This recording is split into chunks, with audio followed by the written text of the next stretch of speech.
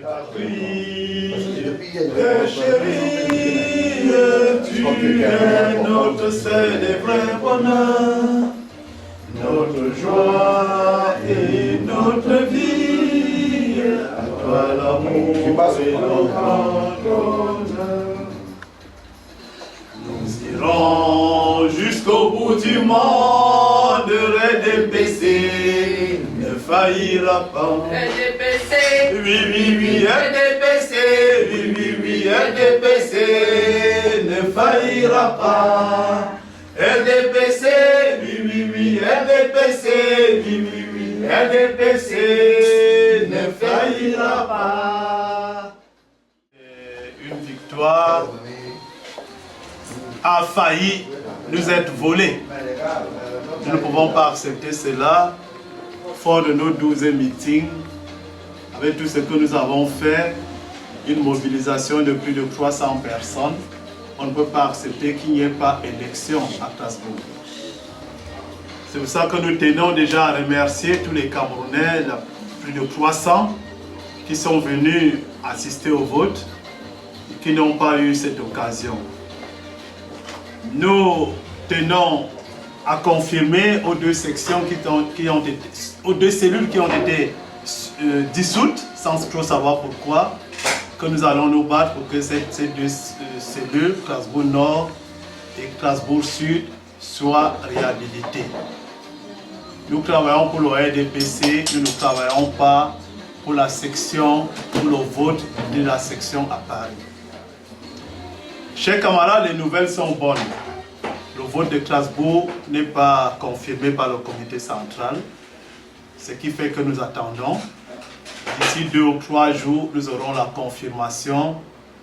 Mais la première proposition, c'est qu'on nous propose de diriger la sous-section Strasbourg 2.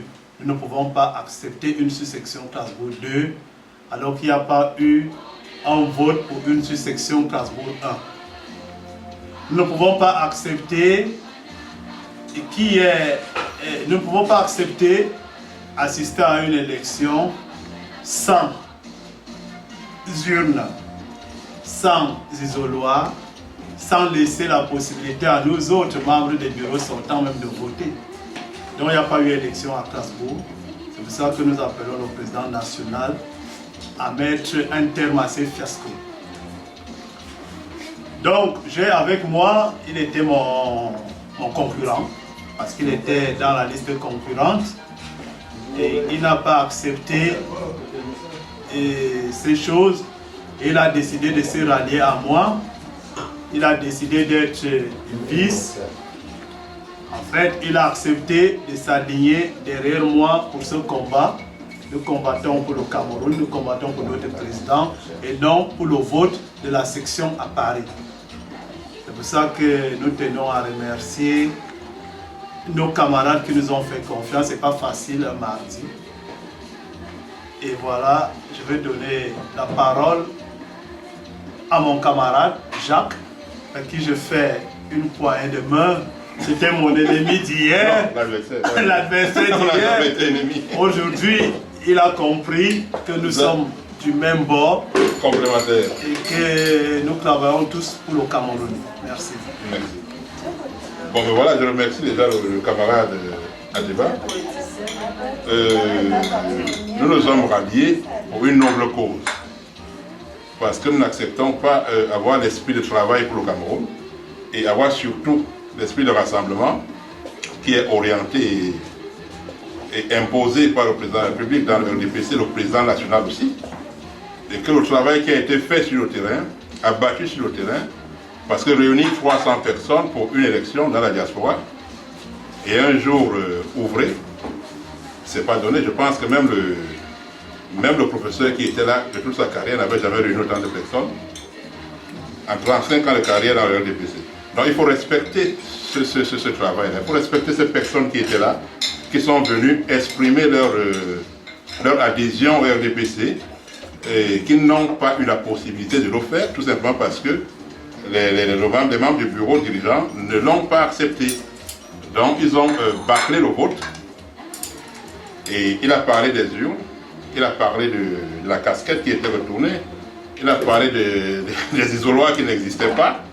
Et il a oublié aussi de dire, parce qu'il y avait trop de choses. Il n'y a même pas eu des identifications, même pas de présentation de liste, même pas de présentation de candidats, même pas de projet de candidats. Il n'y a eu aucun respect du scrutin, du mode scrutin. Mais maintenant, nous disons ceci, il faut arrêter ça. Parce que c'est récurrent et tout le monde dit que c'est comme ça que le RDPC fonctionne. C'est pas vrai. C'est pas vrai. Parce que ces gens, c'est pas le RDPC, c'est autre chose. Le RDPC, c'est toute une application, c'est toute une structure. Je dirais même que le RDPC, aujourd'hui au Cameroun, c'est une entité. Parce qu'il n'y a que deux possibilités quand on est Camerounais. Soit on est du RDPC, soit on est du RDPC. Et alors, on ne peut pas venir à la diaspora pour diviser la diaspora. Parce que le rôle, le but, l'objectif de ces personnes, c'est de créer des alliés et diviser la diaspora pour qu'on n'ait pas une vitrine à présenter au chef de l'État. À chaque fois, on va dire on s'en fout du RDPC. Ça va nous pénaliser, nous. Et quand ils repartent au Cameroun, qu'est-ce qu'ils disent au président? Il y a des opposants à Strasbourg. Alors, c'est eux qui créent ces opposants. Je parlais d'une méthode qui vient nous imposer ici, qui sont en inadéquation totale avec la réalité ou avec les principes même du parti, qui est un parti de rassemblement, qui est un parti d'ouverture. On doit respecter ces principes-là. Donc, nous disons non. Et nous irons jusqu'au bout, parce que beaucoup de choses doivent changer au sein du RDPC. Alors, M. Tebanko et moi, nous allons continuer à faire un travail de fond pour que les choses changent au sein même de notre parti. Même s'il faille que nous allions au Cameroun, nous le ferons, mais nous ne lâcherons rien. Il y a des gens qui ont la bénédiction du chef de l'État. On les envoie en mission avec l'argent du contribuable. Ils arrivent en France, ils font du n'importe quoi. Même dans leur propre village, ce n'est pas une casquette qu'ils présentent comme urne. C'est impossible. C'est du mépris pour les gens qui vivent ici. Dans cette salle, il y avait des femmes enceintes, des handicapés, des personnes âgées, des enfants, des nourrissons qui sont venus pour faire plaisir au président de la République. Ils n'ont même pas eu la possibilité de s'exprimer. Comment un professeur émérite, monsieur le président, comment il peut expliquer cela? Comment il peut l'expliquer? On a vu dans la salle des personnes qui venaient de Paris, qui ont dirigé l'élection, enfin, le semblant d'élection, même pas le semblant d'élection, mais l'installation d'un bureau. Ils étaient butés sur le fait que M. Vondor doit être représenté à Strasbourg. Nous n'acceptons pas cela. On ne peut pas sacrifier autant de personnes pour satisfaire un individu. Alors il faudrait qu'on ait des explications claires et que le président national fasse un geste très fort pour rassurer les électeurs et les militants de Strasbourg qui lui sont dévoués aujourd'hui. L'Est de la France est pratiquement acquise au président de la République. Alors, nous disons, chers camarades présidents, longue vie, long life, nous sommes avec toi, nous resterons avec toi et nous savons que tu nous soutiendras. Merci. Merci. Ouais, merci, chers camarades. Comme je vous l'ai dit dès le début, il n'y a pas eu élection. Parce qu'il n'y a jamais eu d'élection à Strasbourg. Parce que moi-même, membre du bureau sortant, on n'a même pas laissé voter le bureau sortant. On n'a pas laissé voter les cellules sortantes qu'on a dissoutes. Il n'y a pas eu présentation, il n'y a pas eu les discours de programme, donc il n'y a pas eu élection à Strasbourg. Mais ça ne peut pas se passer comme ça. On ne va pas nous imposer des gens juste pour aller voter une section à Paris. Nous ne sommes pas dans le RDPC pour voter des sections. Nous sommes dans le RDPC pour soutenir notre président national, Paul Biya. Nous sommes dans le RDPC. Moi, personnellement, j'ai commencé à militer au Cameroun. Je n'ai jamais milité pour la section de Paris. Alors qu'on arrange cette situation, nous avons décidé de travailler avec notre bureau qui est reconnu, qui a eu plus de 300 personnes. Et nous n'allons jamais accepter un bureau dont on a fabriqué de toutes pièces dans la salle. Donc, un bureau fantoche. Donc, s'il y a des camarades qui peuvent aussi intervenir, prendre la parole, elle est un exemple, c'est pour ça que j'ai voulu qu'elle soit à côté de moi. Elle a retrouvé son nom comme quoi elle avait déjà voté, alors qu'elle était présente et membre de notre bureau de sous-section. On l'a inscrite dans un bureau de cellules et ils ont fait comme si elle avait voté alors qu'elle n'était même pas là. Donc, ce genre de cru, ce genre de situation, nous n'allons plus jamais accepter ça au sein du RDPC qui est notre parti, qui est une partie de moi par exemple, parce que je suis un militant Sakoto. Donc c'est ça. Ça confirme qu'il n'y avait aucune identification en fait. C'était une façonnade, ça veut dire que c'était une installation. C'était une installation tout simplement. Alors camarade. Camarade Biscotine. Oui. Je suis d'accord avec mes deux autres camarades parce que j'étais dans la salle, j'étais présente. Je suis au fond de la salle, j'entends Biscotine Bans voter. Pourtant, je n'ai jamais voté. Mon nom était sur la liste du camarade Atebanko. En même temps, mon nom se retrouvait chez Salomé Bam. Je dis, ben, je ne suis pas dans la liste de Salomé Bam, ça c'est du fiasco, je vote. Enlever mon nom de là, mettez sur la bonne liste. Donc, il n'y avait pas de vote à Strasbourg. Nous avons un camarade qui est un doyen, un ancien du RDPC, qui a été témoin de toute cette mascarade, qui va témoigner aux camarades. Chers camarades, bonjour. Je suis heureux de me retrouver ici parmi vous ce soir. Je suis tellement content de l'initiative que vous avez prise de parler d'une seule et même voix pour rehausser le blason du RDPC ici à Strasbourg. Je ne peux que vous souhaiter bon succès. Et vous êtes là pour rassembler et non pour diviser les querelles des personnes. On en a marre. Vous n'êtes pas là pour un règlement de compte ou pour quoi que ce soit. Vous irez à Paris, l'initiative que vous avez prise ensemble pour relever le blason de Strasbourg. Moi je dis, on est derrière vous, on vous soutiendra. Le travail que vous avez commencé, vous portez haut le flambeau de Strasbourg, pas seulement du RDPC, mais de la communauté camerounaise de Strasbourg. Parce que la situation qu'on a vécue à la Glacière était indigne d'un parti politique au pouvoir. Dans aucun pays, on n'en a jamais vu pareil. Hein? Une délégation qui vient du Cameroun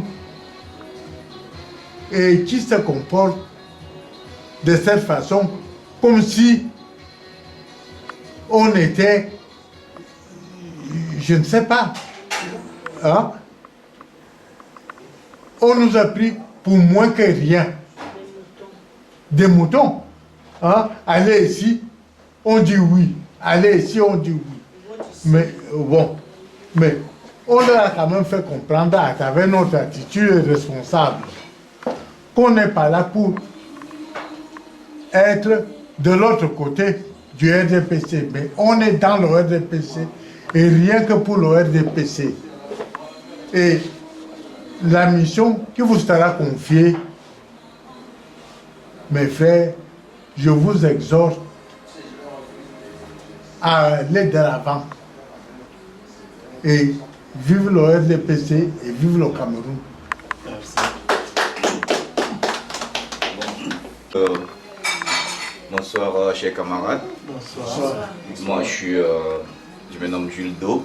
Je ne suis pas camerounais, excusez-moi. Mais par contre j'ai été un observateur pour le vote qui s'est déroulé l'autre fois à Futura Glacière.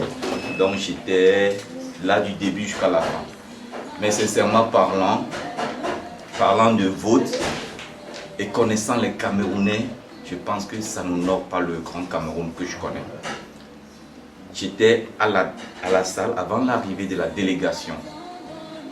La délégation était bel et bien arrivée. Le bureau sortant, on ne l'a pas vu. Qu'est-ce qu'on devait faire? On ne savait pas. D'abord, il y avait une très mauvaise organisation. Il y avait que des gens autour de la délégation qui écoutaient ce qu'ils disaient. De l'autre côté de la salle, personne n'entendait rien. Après, on cherchait de partout le bureau sortant qui était arrivé. Mais bien avant cela, quand même, il s'agissait d'un vote. Hein? Donc, il va falloir présenter tout le programme de la soirée. Ça n'a pas été présenté.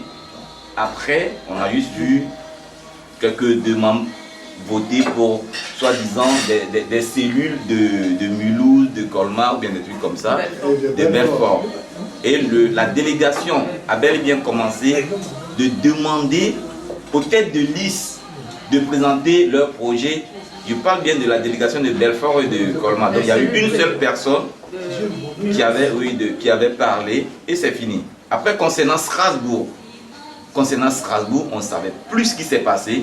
On dirait que c'était un truc qui était organisé. Concernant un vote, d'abord, à ma connaissance, le vote, il n'y a jamais eu un vote comme ça.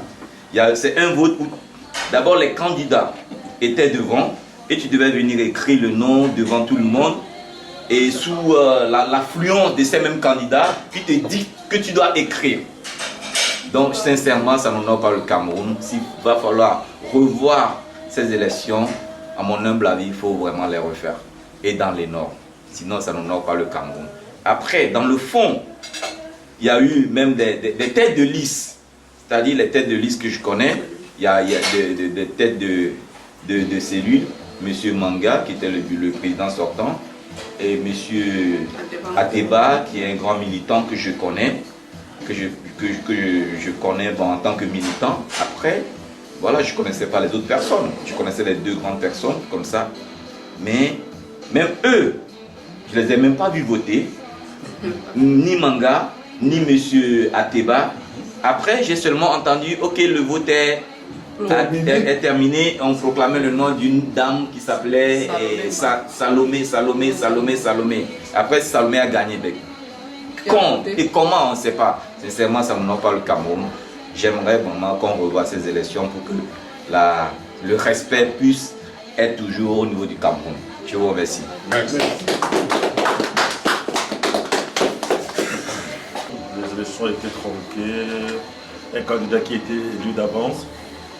Et comme le dit le camarade tout à l'heure, ça n'honore vraiment pas le Cameroun. Je crois que nous sommes tous des Camerounais, nous luttons tous pour un parti, nous servons tous un parti. Il n'y a pas de privilégiés dans ce parti. Faire venir une délégation du Cameroun qui vient mettre en place un bureau qui n'est pas élu, je trouve ça déplorable. Et c'est pour ça, c'est la raison de ma présence ici ce soir pour soutenir les camarades afin que soit de nouvelles élections soient faites à Strasbourg ou qu'on soit créé une succession provisoire, une équipe dirigeante provisoire pour organiser de nouvelles élections. Parce que j'ai appris n'est pas digne du Cameroun. C'est ce que je tenais à dire. Et j'encourage les camarades par rapport à leurs initiatives, parce que c'est inacceptable. Pas accepter une telle mascarade à Strasbourg. Parce que c'est quand même l'une des grandes villes de l'Est. Avec le nombre de personnes que j'ai appris, qui étaient présents, je crois qu'il faut quand même respecter l'Est de France, et Strasbourg en particulier. Merci. Il n'y a pas de Camerounais majeur, de Camerounais mineur ou de Camerounais réservé. Tous contribuent à l'évolution du pays. Donc nous aimerons qu'il y ait égalité et que tout le monde ait les mêmes chances. Une véritable élection saurait, n'est-ce pas, calmer les esprits chez nous à Strasbourg. L'Est de la France, qui était le fief de l'opposition, est devenu entièrement RDPC. Nous avons travaillé dur et tout le monde ici ne parle que RDPC. Tout le monde ne respire que RDPC. Ça, c'est fort de nos 12 meetings avec nos moyens propres. Donc, le RDPC vit à l'Est de la France. Nous avons réussi un mardi après-midi à faire venir plus de 300 personnes. Ce qui veut dire que si ça avait été un samedi, nous aurions pu avoir plus de 1000 personnes. Donc, camarades, grands camarades, vous pouvez dormir tranquille. L'Est de la France vous est totalement acquise. Mais pour cela, il faudrait que les choses soient claires. Nous ne voulons plus qu'on vienne nous imposer des personnes ici. Voilà, c'est tout ce que j'avais à vous dire, grands camarades.